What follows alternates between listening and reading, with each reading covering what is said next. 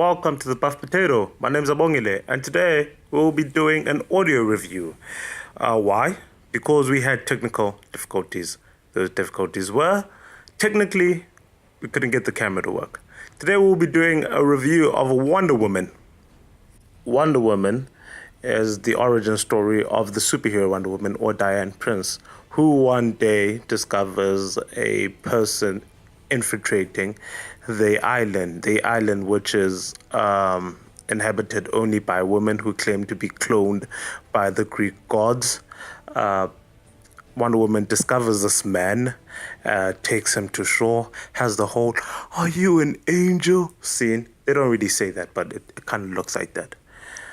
Anyway, this person is being pursued by German soldiers, and from that point, a mini war breaks out, and something tragic happens in this mini war. Something that might be the cause for Wonder Woman going into civilization and trying to stop the force that might be at works within this war. Now, going into this film, a lot of fans were and hoping for something good, and I think in the back of their minds they kind of thought it was gonna suck. I won't lie, I kind of thought it was gonna suck too. I even put it in my potential flops.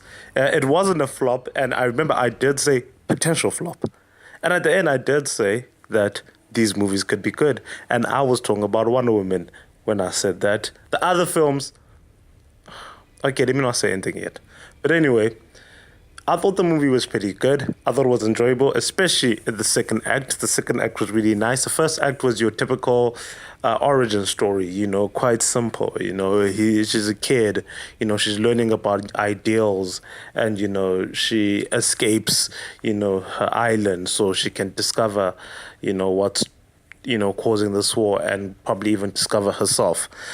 The second act was more entertaining because it had more content to work with. At the end of the second act, it gets more political, but at the beginning, you introduce this kind of fish out of water type of story, which I thought was a little too much. There were instances when she didn't feel comfortable in dresses because they weren't made for war. And if you go back to Themyscira, a lot of the women there were wearing dresses that weren't made for war.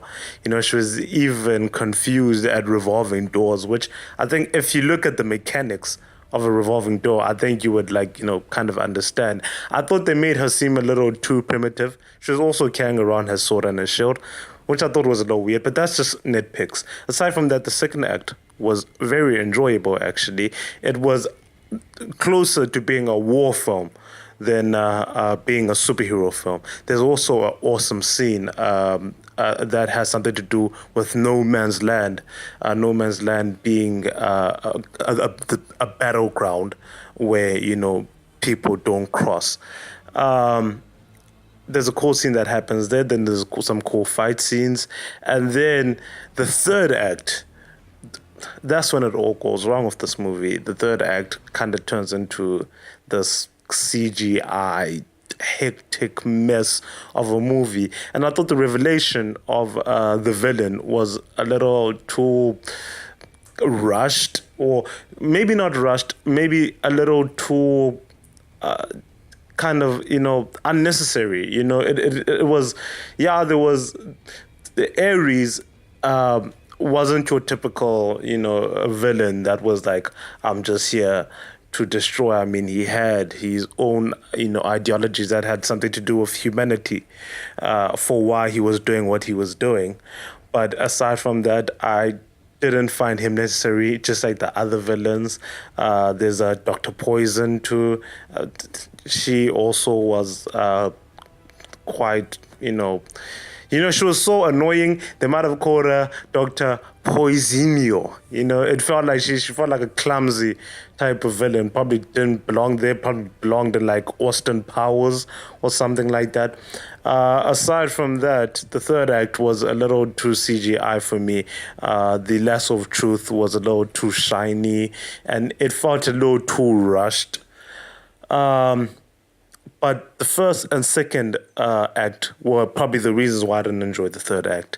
They were so good that I was hoping for something better in the third act. And also, quickly, something happens that I really don't like in a lot of animes and a lot of films when superheroes just get a major power up out of nowhere and the supervillains get a major power down out of nowhere. That happens a lot in films, and I'm really not a fan of that. I apologize if that was a spoiler for those who seem to thought it was a spoiler, but it has nothing to do with the main villain.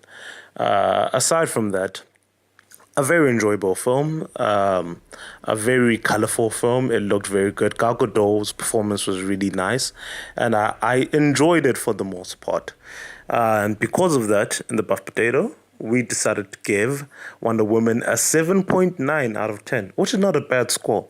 Those who think it's too low, I'll tell you why. It's because of the third act and because of some nitpicks on the first and the second act. And I feel that, it's a good score. So anyway, that has been the Buff Potato, and this has been the audio Buff Potato review. If I spoke too fast, I apologize. I had a lot to say about this film. Maybe when I review a movie like Baywatch, you'll get a shorter review because there's really not that much to say about that. And please subscribe. If you haven't subscribed yet, you can comment down below and tell us what you thought about Wonder Woman.